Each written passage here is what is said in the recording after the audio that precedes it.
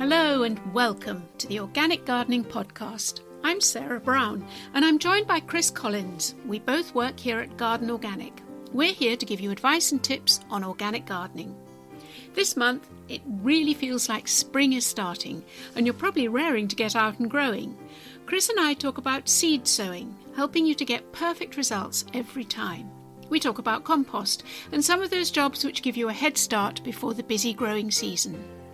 Each month we're joined by a guest whose life is shaped by gardening, and this month I meet award-winning garden designer and Gardener's World presenter Mark Lane. If one person does one thing in their garden and then everybody else can do one thing, then adding all of that up together will make a tremendous difference to our flora and our fauna.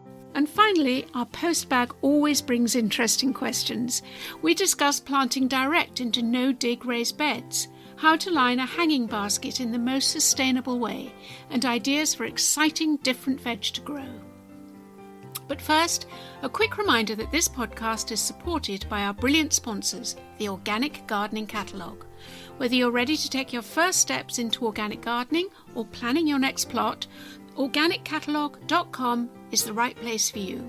They're proud to offer a complete range of organic gardening products from seeds and plants to equipment. This month they suggest trying a seaweed supplement called Chase SM3 Formula.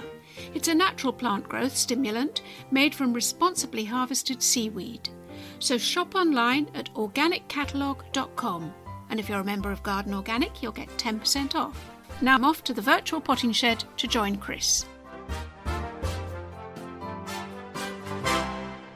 Morning, Chris. How are you? Morning, Sarah. I'm very good, thank you. How about you? Oh, I'm just full of the joys of spring. I know, it's exciting time, isn't it? I really do wake up smiling at the moment. It's really nice. I couldn't agree more. There's something about spring. When it starts springing, you can hear it, you can see it, and you can smell it. Yeah, the smell is particularly poignant, I always find, as you just suddenly get that scent in your nostrils, don't you? And that feeling of familiarity, here comes spring again, like an old friend. I think this year, perhaps more than ever, because we've all been confined and locked down. And though the gardener in me is saying, be cautious because we've still got frosts and we've still got, winter weather to come, the human being in me says, oh, please, I want to get out. I'm loving it. Yeah, I think it is going to be more poignant, definitely. We've been through a strange year and nothing like nature to give you a lift, is there, Sarah? That's very true, Chris. That's very true. So what are you going to be doing this month? Well, it's all about the seed sowing, isn't it, really? I'm all prepped up for that. I've been on my allotment. It's been very wet down there, actually, because obviously we had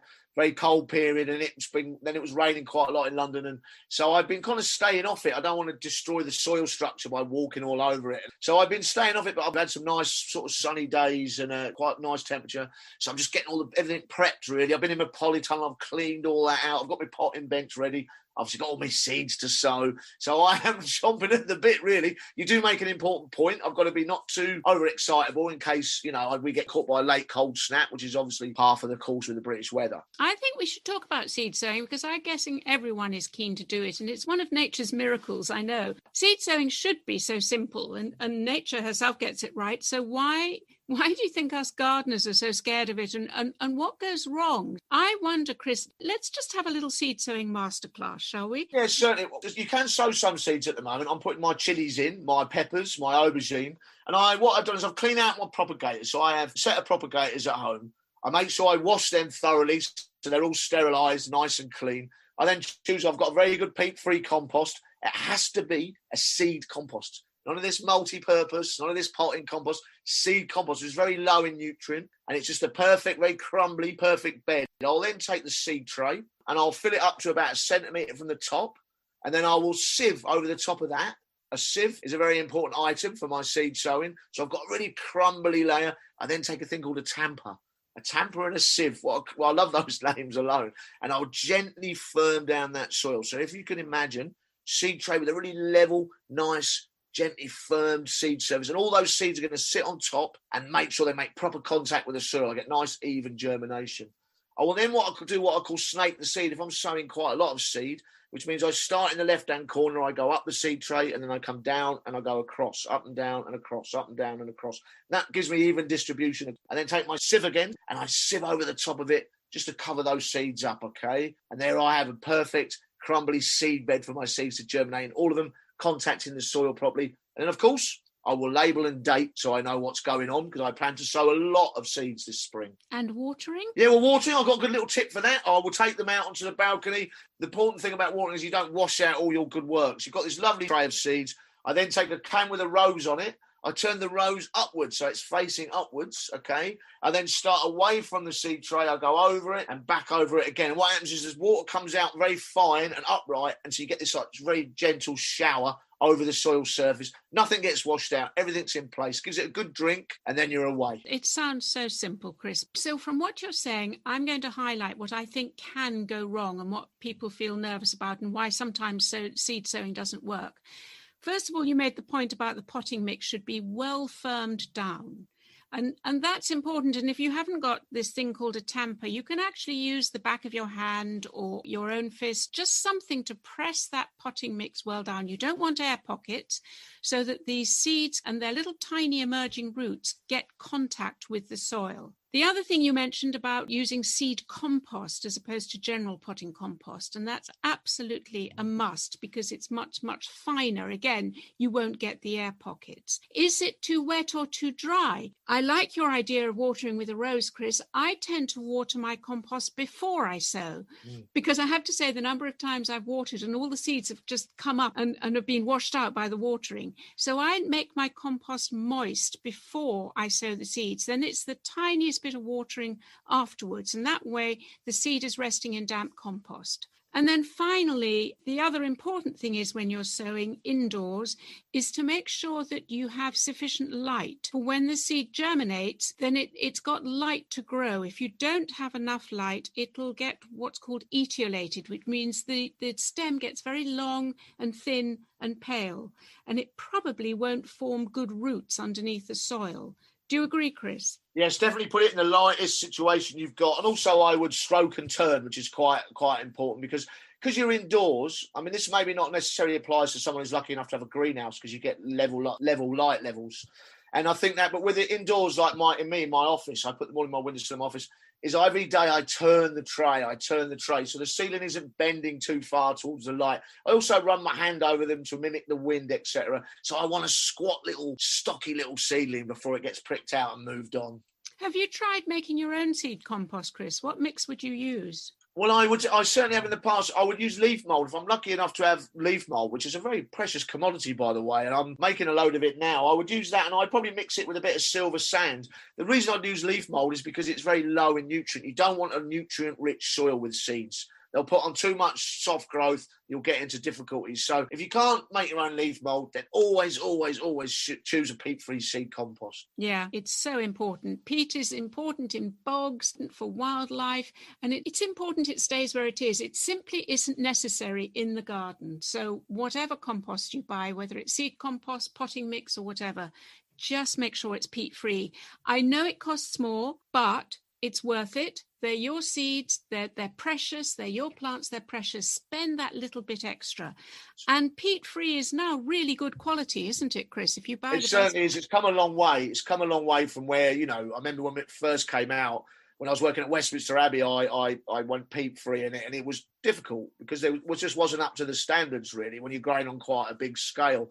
But now there's no excuse. And it's interesting mentioning the expense thing because, really, the amount of food I got off my allotment last year saved me hundreds and hundreds of pounds if I'd been going to a supermarket to buy it. So don't look at it as a false economy. Don't go, well, that bag's 10 quid cheaper than that bag, because that's not how it works. Even if you just get 5 tomato plants and a pepper plant, you will make that money up through the course of the season. So, I think we've said this a lot of times on here. The world isn't our pantry. We can't just keep helping ourselves to stuff every time we feel like it. We need to, it's a give and take game we have with nature, and we need to respect that.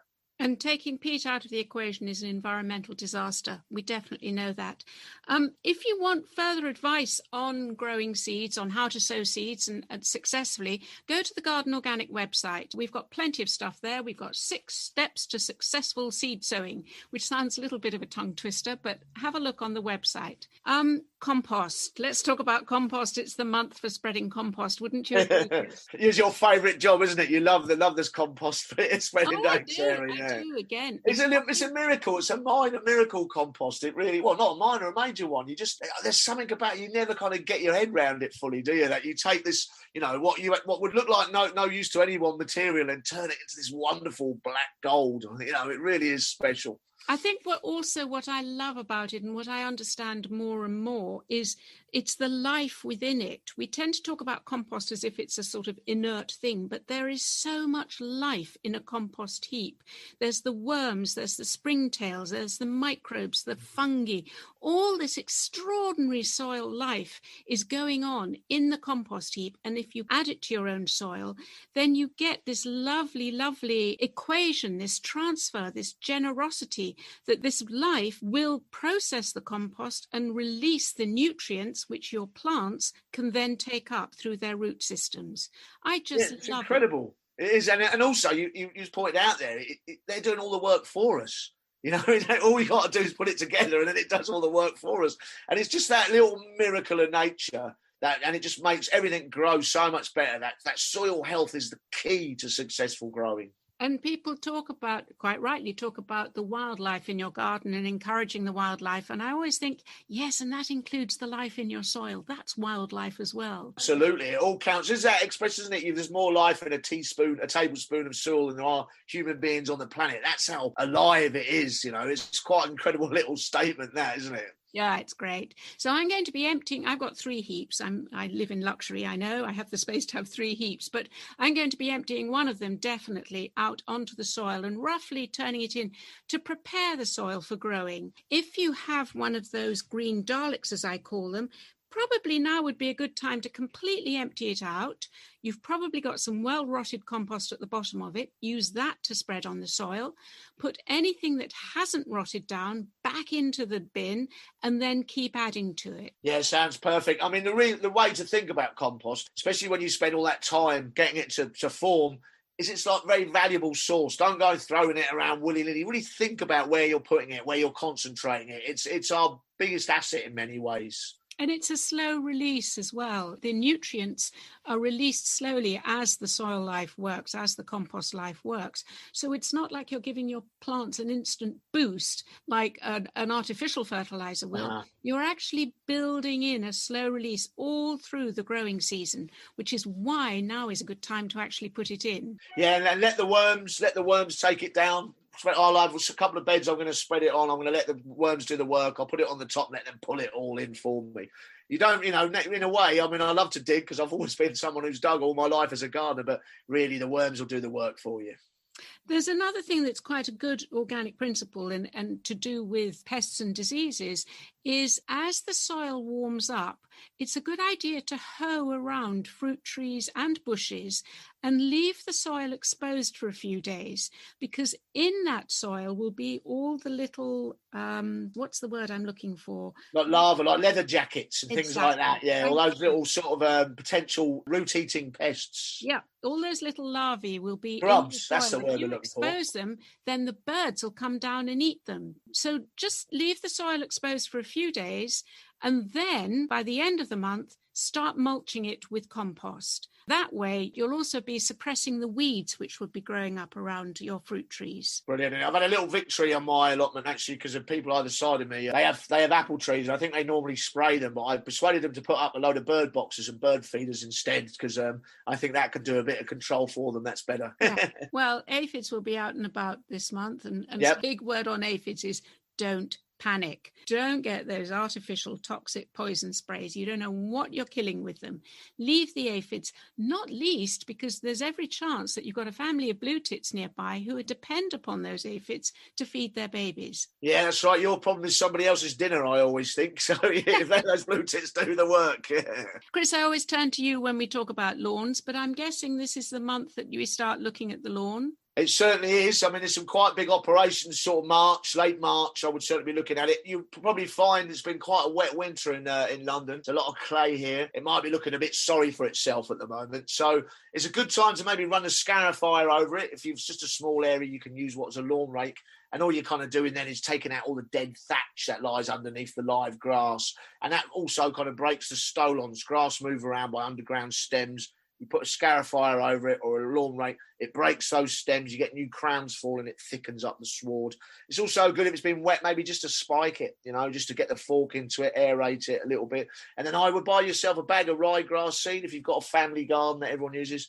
Big bag of that and overseed it as well and thicken it up that way too. It might start putting on growth. I think that grass is always a good indicator of soil temperature. It's the first plant to really start moving. If it gets above 5 degrees temperature of the soil, grass will grow. So you might find that after all that operations, you get a spurt of growth. Just tip it off the first cut. Don't cut it too low and make sure you're thickening that sward out all the way. Great. Thank you, Chris. So I guess to sum up, what I would say this month is, first of all, yes, get sowing on your seeds. Not outdoors yet because the soil is still too cold. But if you've got a greenhouse, polytunnel, or even just a kitchen window, get sowing. It'll be so satisfying. You mentioned about the ground being wet. It's been ridiculously wet in lots of parts of the country. Take care not to walk on the soil. You will compact it. You'll press it down, this wet soil. Keep off it as much as you can. And thirdly, we know that spring is springing, but be wary. As a gardener, be wary because frost is always around the corner in March. It certainly is. I think the other thing I like to do, because I want to get ahead, is I will choose a couple of beds on the allotment, which where I'll grow all my fast crops in, my salad crops, my radishes, all those things I really love.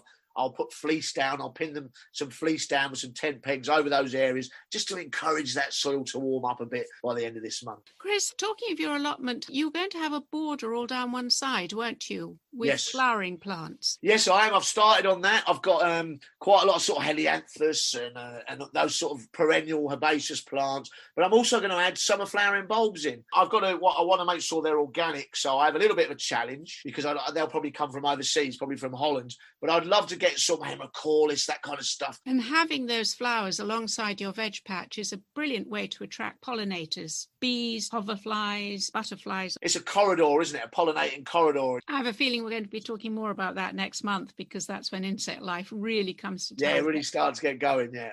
In the meantime, enjoy yourself, won't you? Yes, I will. It's a really nice, it's good outside time, it really is, isn't it? Think about seed sowing. Yeah, we all deserve it. Cheers, Sarah. Bye, Chris.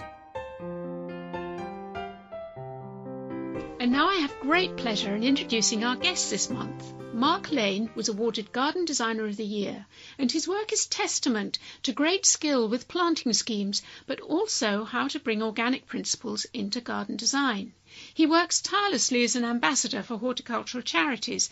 I so enjoyed meeting him, albeit down the line, and for this I have to apologise.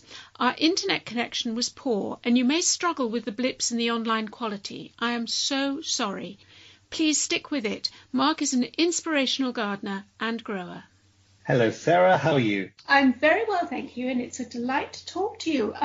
It's sunny outside the window with me. I hope it is with you as well. It's a gorgeous day. Mark, you're well known as a Gardener's World presenter with all your writing and your presentation and your media presence. But can we go back to the beginning and talk about what brought you into the garden in the first place? Right back to your early years, if you want to. Yes, of course. I suppose my real love of gardening really came from my grandparents, like I think so many people. Yes. And my paternal grandparents, they had a large garden in Lancing.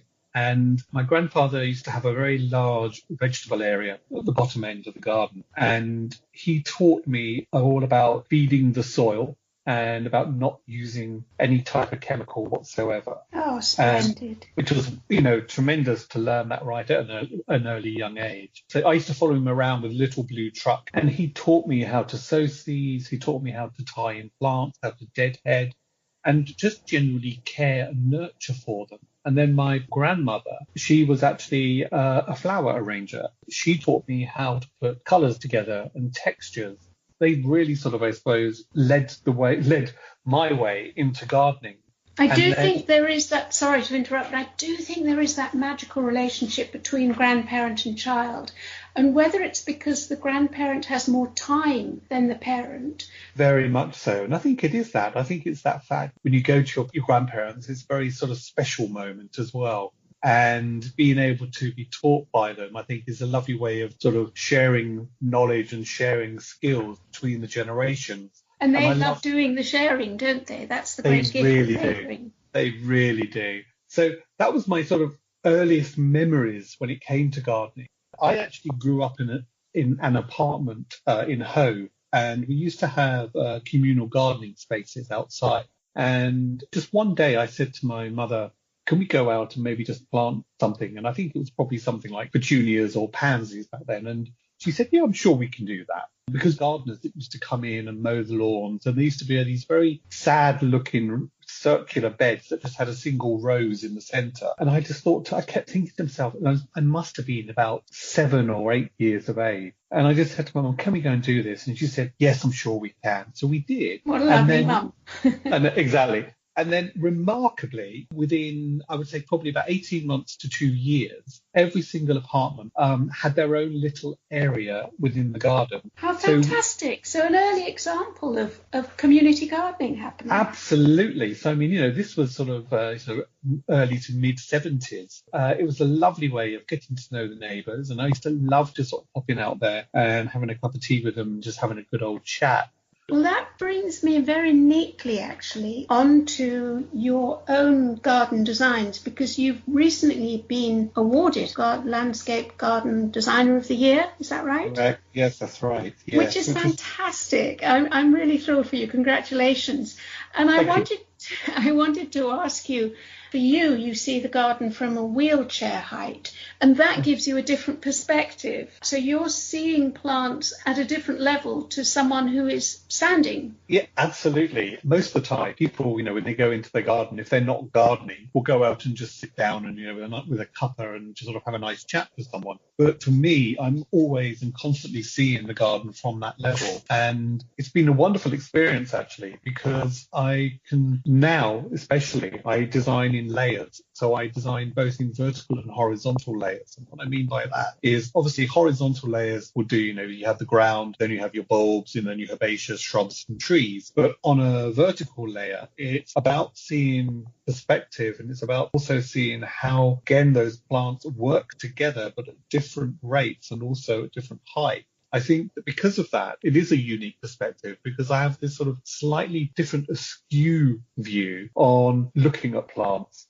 And I hope anyway, that when the clients obviously see the gardens and they see their planting come up, that they can see all these different layers coming through quite clearly, purely because of my lower position. It gives an added depth. Is the concept of organic and sustainability, is that important within your garden design? Absolutely. So for me, every single garden should follow the principles of sustainability and biodiversity. And when clients especially sort of ask, well, what does that actually mean? And I say, well, if we think of it in simple terms, it's really sort of a lot of it is common sense. It's about retaining sort of existing vegetation and habitat wherever we possibly can. It's looking at the types of soil that we've got and working with those soils rather than introducing a whole load of new soils. It's about planting possibly new trees. It's about sort of targeting the specific species that we can attract to your garden, and also about sort of creating new habitats and sort of wildlife and friendly planting. As soon as you sort of say those sort of things and the clients really get it, and of course, it then goes on to the, about caring for the garden and for years to come, and the whole thing about, don't throw away all of your garden waste, turn it into the most wonderful thing, garden compost, and add it back to the garden. And then at the same time, have a little bit of a wild area which can attract wildlife. But do you find you ever get kickback from a client who wants their garden to look immaculate, rather like they like their house to look immaculate, especially if they've got guests coming, and they don't want to have something left more relaxed for the sake of wildlife and habitat? No, absolutely. I mean, there are clients like that. And I would always say to them, well, there are ways that we can deal with that. And obviously we can have lovely clipped hedging. We have a nice mixture of different types of hedging. Then that's going to attract different types of wildlife into the garden. And then also, how about sort of introducing more plants with flowers, with open flowers, so we can attract the bees and the pollinators. I think you can have both, but you can have it a bit more wild and a bit more naturalistic. But you can also have it really sort of clipped and manicured. It sounds really thoughtful design work, Mark. I'm impressed.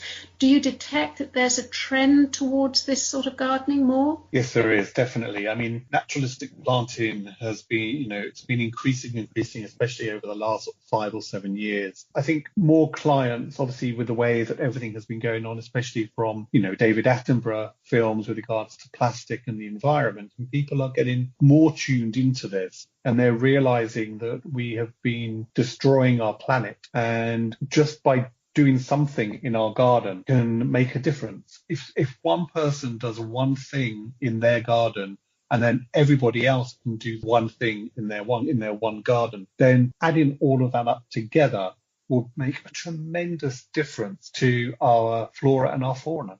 I agree. And programs like Gardener's World, which I know you often present, I've noticed very much the trend there towards a more thoughtful, relaxed style of gardening, which again puts wildlife at its centre. Very much so. Yeah, very, very much so. I think it's organic without actually saying the actual word organic, isn't it? It is. It's exactly that. And I think the fact that, no longer are we seen on the television spraying things with horrible pesticides and insecticides, and we are literally working from the soil upwards. It's very much the way we work at Garden Organic as well, is that even if you don't feel that you've gone deep green organic, so to speak, we are there to help you and just introduce certain things that will move you towards that understanding of how important nature is in your life. Now, you talked about your own personal green pill, I think you call gardening and being out and about. Do you want to explain that one to me? Yeah, I mean, it's, after my accident, I had a long rehabilitation period, and I was very, very fortunate that where I was the Royal National Orthopaedic Hospital at Stanmore. There was a horticultural therapist. She, even sort of during my very darkest times, she made me realise that I could still garden and I could still get out there and enjoy myself.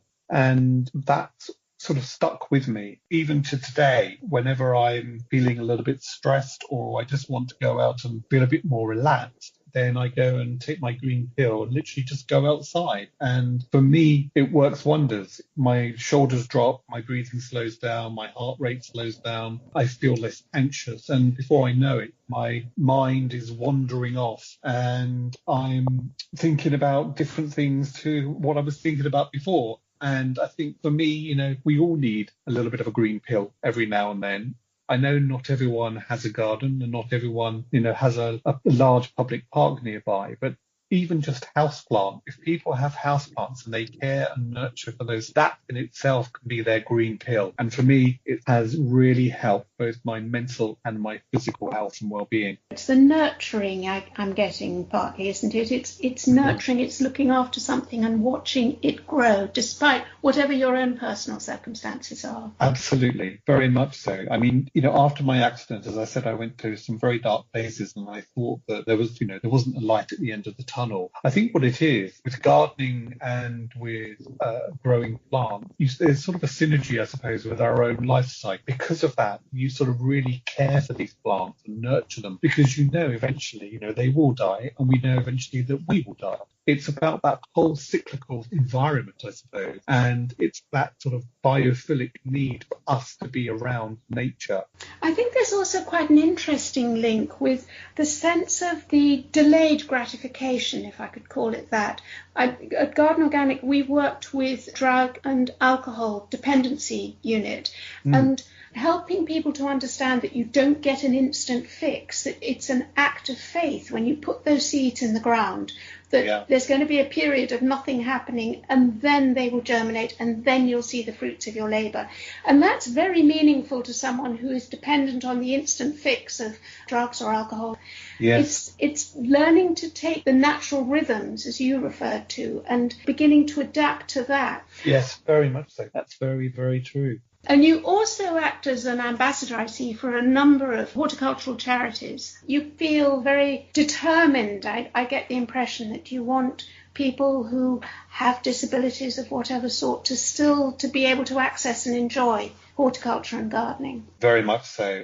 I'm a great believer in showing the word ability in disability. A wonderful example of that is I visited one of the residences of Leonard Cheshire, and I was designing a garden for them. And there was a very physically disabled gentleman there, and he kept staring at this potted begonia throughout the whole of the chat. He was completely silent. I could see that the fact that he wanted to have a talk. And I said, "Do you enjoy being out in the garden?" And he said, "Yes." "Would you like to do some gardening?" And he said, "Well, I can't really do anything." And I said, "I'm a great believer that there is a gardening job that you can do no matter your level of ability. Are you able to move just your thumb and your first finger?" And he said, "Yes, I can do that." Brilliant. And I went and got the potted begonia off the table. "You can deadhead that begonia for me." He was absolutely amazed, and the smile across his face, well, it was an absolute picture, and it meant everything to me. And a sense of achievement on his part as well. Very much so. Very much so. What do you think about the numbers that have taken up gardening in the past year to do with COVID and lockdown? It's exciting, isn't it? I think it's incredible. I mean, there was a piece of research that came out, I can't remember who it was, and they said 6 out of 10 households now do more gardening, active gardening, than they have ever done before lockdown. I think it's very exciting, and I think people have really started to get on to the whole thing about growing their own. It's brilliant for sort of educating kids about, where vegetables and fruit comes from, rather than from a bag or a plastic container from a supermarket. But again, it's the same thing that you were referring to. Even if you just sow a few lettuce seeds or a few cress seeds and you watch them grow, that sense of achievement is so affirming, especially when you're in a difficult circumstances like lockdown. Absolutely. We know from, again, sales figures and research that millennials in particular have taken up indoor plants in a tremendous way. I just think it's a wonderful thing, and I just hope that after lockdown it just continues. I know that people will go back to their busy lifestyles, but I have a funny feeling that they've reconnected with nature. That's been very, very important, and I think that no one will want to lose that. I agree. And even if you do have some disasters, and we all do, it doesn't matter how many experienced you are. That damn slug is out to get you. It doesn't matter whether you're a top gardener or not.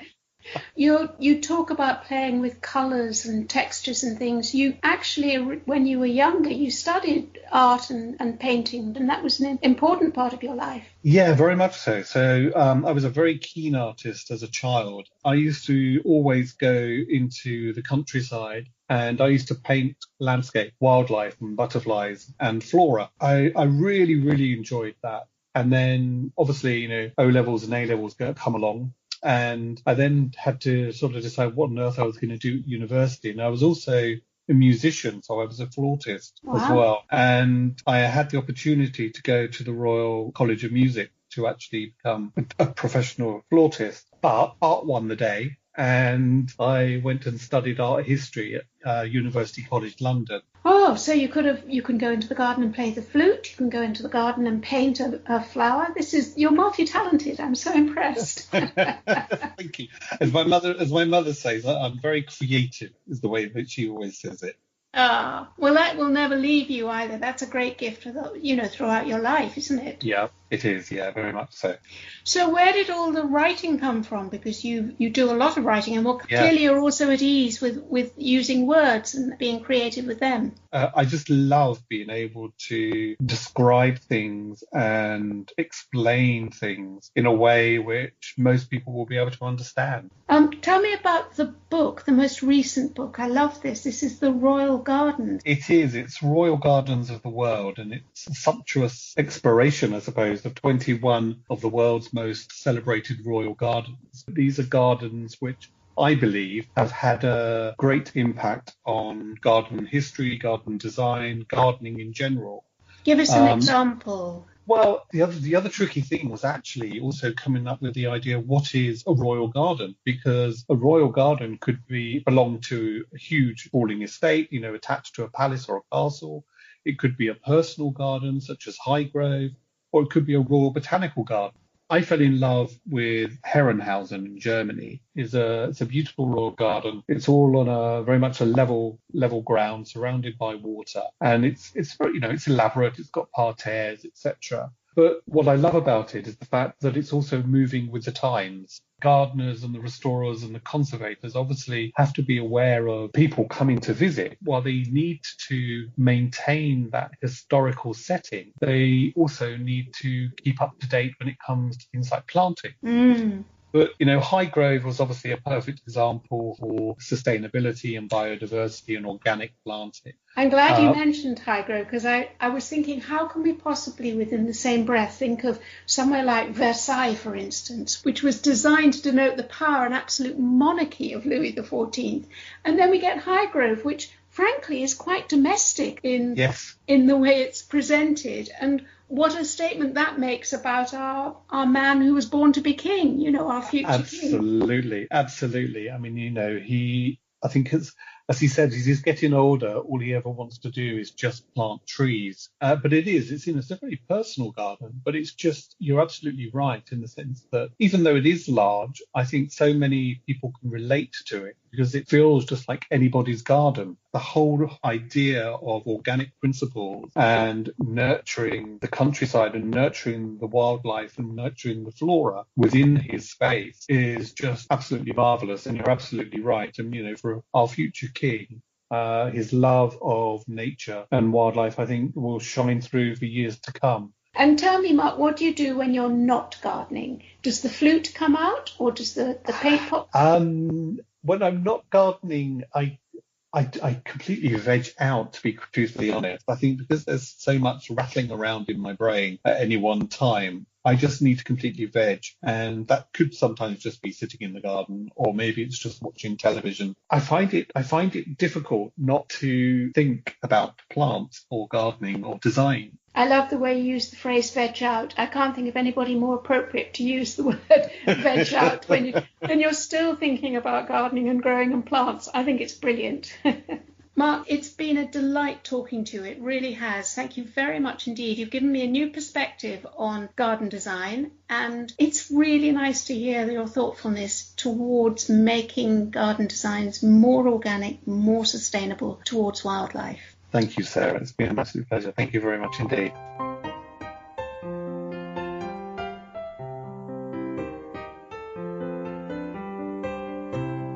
And now it's time to open the post bag, and I'm joined by Chris, Hannah and Anton. Hi, everybody. Hello. Hannah, what have you got for us? Okay, so last autumn I created 2 raised beds for growing veg. They're now full of compost as I didn't have much soil, and it's a mix of my own homemade compost and some old bags. Is it okay to plant straight into them? Anton, what would you recommend? Okay, depends a little bit on the state of your home compost. You really want to make sure that it is well rotted down. And the way to tell that is really, was it cool when you took it out? And are there any sort of recognisable pieces in there? Can you still see sort of bits of orange peel or Brussels sprout stalks in there? Because you don't want to be planting into compost that hasn't finished rotting down. Home compost is slightly different to your bagged compost. Bagged sort of multi-purpose compost has been sort of specially formulated so you can plant into it. It's a mixture of bulky materials and nutrients, so that would be okay to plant into. Chris, what would your experience of this be? Well, on my balcony, I tend to grow quite a lot of salad crops, quick crops, and obviously, if you've got a good compost in there that I've been growing plants in the season before, I would probably add a bit to it. I'd probably get a bag of seed compost, peat-free seed compost, and just dress the top of the pot by about 5 centimetres. And then I can sow those salad crops into drills into that pot. So it just means those seeds are in a low nutrition seed compost. and it'll give them a nice crumbly, easy start. The roots will get in, the shoots will come up, and it just gives them a kick start. I wouldn't try and sow any seed in anything that's too bulky or heavy. I think what I'd add to that is that I do very little sowing straight out into the bed. I tend to sow in the greenhouse in trays. And the reason I do that is because then I'm raising a plant which is quite sturdy, quite strong, which I then plant out. And because of that, that plant is probably going to be able to withstand pests and diseases better. So if you've got a raised bed full of homemade compost, the chances are you've got a raised bed full of slugs and snails. And so by having a sturdy plant, that should be able to withstand the attack of those slugs and snails. Yeah, I would go with that. I mean, especially if you're growing on a small scale, you've got the resources to be able to grow your plants a bit bigger before you put them out, and then they're a bit bigger and meaner and able to withstand the slug attack. So yeah, definitely good advice there. Great, thank you. So moving on to our second question, what do you advise for lining hanging baskets to plant flowers and herbs? And is there a way to avoid using plastic? Chris, what would you say? Yeah, well, I'm a big hanging basket man, as you know, on my balcony. They're a great way to increase the volume of space I have to grow plants, and I wouldn't be without them. Absolutely no need for plastic at all. I would never put plastic into a hanging basket. My preference, I mean, there's a real myriad of choices out there now, but my preference always has been is I just love moss. I like to line with moss. And the reason is very simple, is I never plant just into the top of the basket. I plant in layers, almost like building a cake, if you like, a gâteau. So I plant through the sides, and moss is very easy, very easy to do that with. It's also very good at keeping the moisture around the roots. It's an indicator if it starts to dry out. I know the basket needs a drink. You have to be a bit careful about where you're getting it from. No going into woodlands and ripping up moss from there, because you might be damaging plants and destroying habitats. I think a great way is, if you know someone who's got a bad lawn and needs a bit of work on it and it's full of moss, go along with your springbok, your rake, and drag it all out that lawn and use that, or get it from a sustainable source. I sometimes use a thing called sisal, which is like a plant, a wiry plant. It's a very wool-like substance. I can line that as well. And the same reason, moss or sisal, it means that the air can move in and out of the basket. You know, roots need oxygen, so you get a healthier plant as well. So my preference is moss, without a doubt. There are a lot of alternatives if you can't get hold of moss from a sustainable source. I've noticed that now there's a lot more alternatives that are using recycled materials as liners. So you can get recycled jute or coir, and they're all quite useful, because I guess what you're looking at is, how easy is it to actually position it within the basket and to make cuts in it? So as Chris says, you can plant through them. What do they actually look like when they're empty and the plants haven't yet come to maturity? Have you got a horrible, bright green, very artificial looking lining to your basket? So have a little think about the aesthetics of it as well as the practicalities. One year I used wool. It's a recycled product. It's from wool that can't be sold for other reasons. And I found that worked really, really well. It holds the water very well, and it's easy to plant through.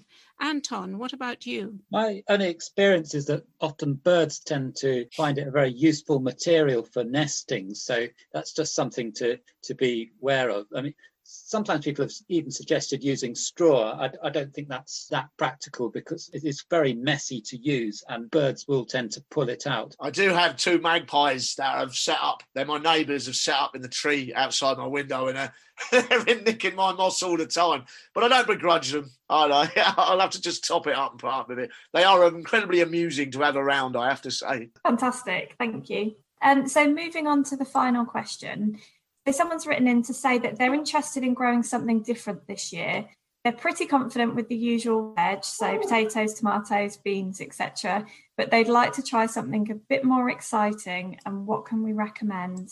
Anton? Yes, well, there's a whole myriad of exciting things that have been grown for years, actually, in the UK, particularly on allotments. I mean, I've looked around a lot of allotments in Birmingham and Coventry, and I can tell which country people are from just by looking at their allotment. Particularly the Jamaican people have a big tradition of growing, and you can see that they're growing this crop called callaloo, which is this really nice tasting spinach. Well, it's like spinach, it's actually an amaranth plant, and it's got a different texture to spinach. It's nice. Also, you see a lot of Bangladeshis and Indians growing on allotments. Things you often see them growing are fresh chickpeas. They grow them for the green chickpeas, which you really can't get in the shops. And in slightly warmer, sheltered places, they grow a thing called a doody. We know it as a bottle gourd. It can grow to the size of a small child, but it's also nice when it's eaten at a bit of a smaller stage. It's really nice in curries. You can also even make a pudding out of it. It's called halva. It's not like the Greek halva, but it's that you grate up this gourd and you add sort of lots of sweet things and it comes out like rice pudding. So there's all sorts of exciting things, but I'd particularly, if you're just looking for one thing, I'd go for the green chickpeas because they're really tasty. Anton, how do you spell a doody? Lots of different ways because it seems to be a loose translation. It's often spelt D-U-D-I is one way. Sometimes it's got an H in various places as well. I've even seen it spelt with 2 O's. The Latin is Laganaria siceraria if you want to look it up. Well, there you go for your internet searches. And is it easy to get hold of seed for these plants? I quite like the idea of growing a doody. Is it difficult to get hold of the seed? No, you'll find it even in quite a lot of the common seed catalogues now. It's often just known as bottle gourd as well, so you'll see it in all sorts of places. A lot of these varieties are also in our heritage seed library. Unfortunately, it's closed for orders this year now, but in the future, it's a good place to look because these have been grown by UK growers and they've saved the seed over quite a long time. So they've got a good track record of growing in the UK. What would you recommend, Chris? Yeah, well, I'm going to come inside for my choice, and it's not edible, but it's one of my great garden challenges, and I love a little plant, tiny little plant called a lithop, or the living stone. In fact, a few years ago, no one had heard of them, but they seem to be now getting trendy with this big wave of houseplant growing, which is a great thing. They come from South Africa, and they're called living stones, and if you see one, you'll see why. It's a tiny little succulent, used as a mottled surface, has very, very beautiful flower, if you can get it to flower as well, like composite type flowers. But it is incredibly sensitive to overwatering. So I have a few in my window. I have 4 in my window this year, and I haven't watered them since October. I've literally let them sit there.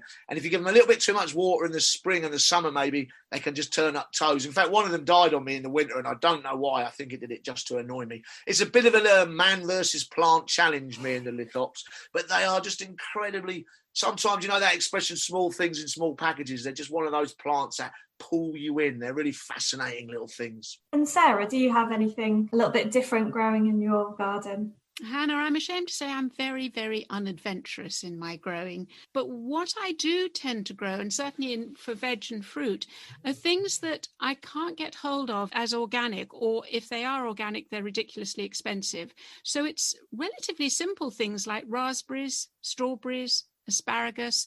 These are all things that are hard to find in the shops as organic, and the pleasure of picking your own just can't be beaten. Fantastic. That's brilliant. Thank you.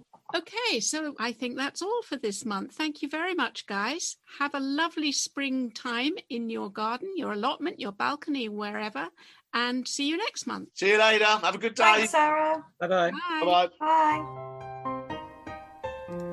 Sadly, we've come to the end. I hope you've been inspired to get going on this year's organic growing journey. After our winter confinement, it's lovely to see the days getting longer and to hear the birds sing. Never has the natural world felt more precious. Next month, Chris meets one of the country's top entomologists, Dr. Ian Bedford. It's a fascinating discussion all about the role of insects in the garden. And if you like our podcasts, be sure to press subscribe. Then you won't miss an episode. And write us a review. It won't take long, and we'd love to hear your thoughts. Don't forget, there's loads of information on the Garden Organic website, www.gardenorganic.org.uk, about all of the topics we discussed today. And why not head over to the organiccatalogue.com for all your seeds and gardening needs. Bye for now. Our thanks to Kevin MacLeod for providing the music.